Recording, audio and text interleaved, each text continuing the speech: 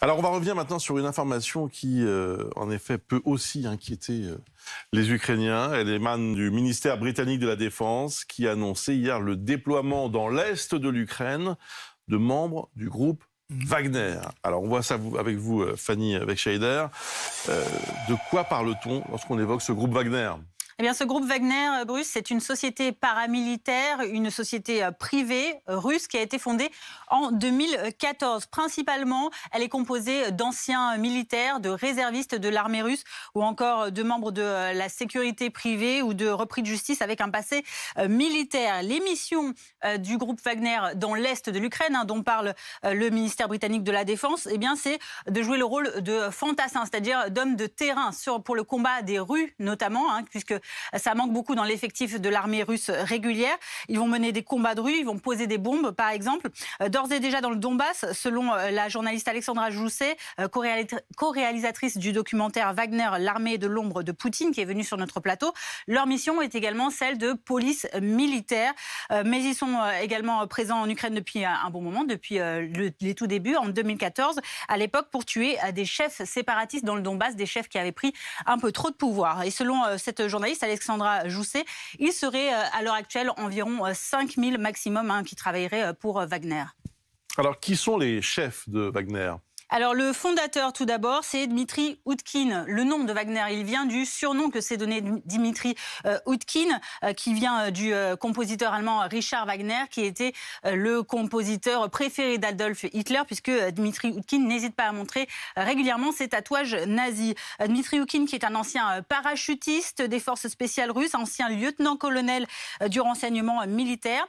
Par ailleurs, le groupe Wagner est financé par Evgeny Prigojine, qui est un riche oligarque russe, qui est aussi réputé très proche de Vladimir Poutine. Le président russe qui nie depuis toujours publiquement les liens directs entre son administration et le groupe Wagner, bien qu'une partie, en tout cas, des activités soit financée par le ministère de la Défense.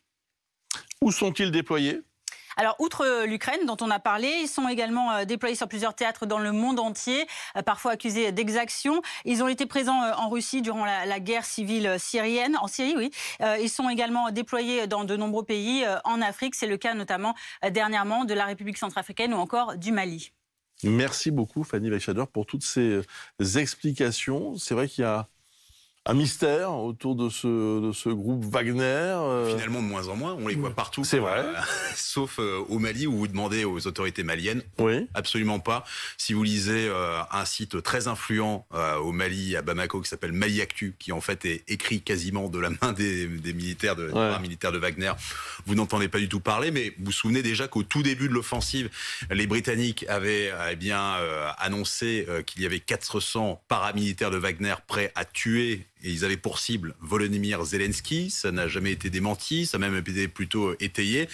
Après, vous faites pas la guerre avec 1000 paramilitaires, même surarmés. 2, encore une fois, ça revient à dire que Vladimir Poutine n'a pas assez de troupes en état de combattre. Il avait déjà mis quasiment en première ligne ce qu'on appelle la Rosvarga, c'est la garde présidentielle, des soldats d'élite qui ont été mis tout de suite en première ligne, alors que normalement ils doivent rester, sont des soldats à forte valeur ajoutée, ils ne devaient pas être tout de suite mis à l'épreuve.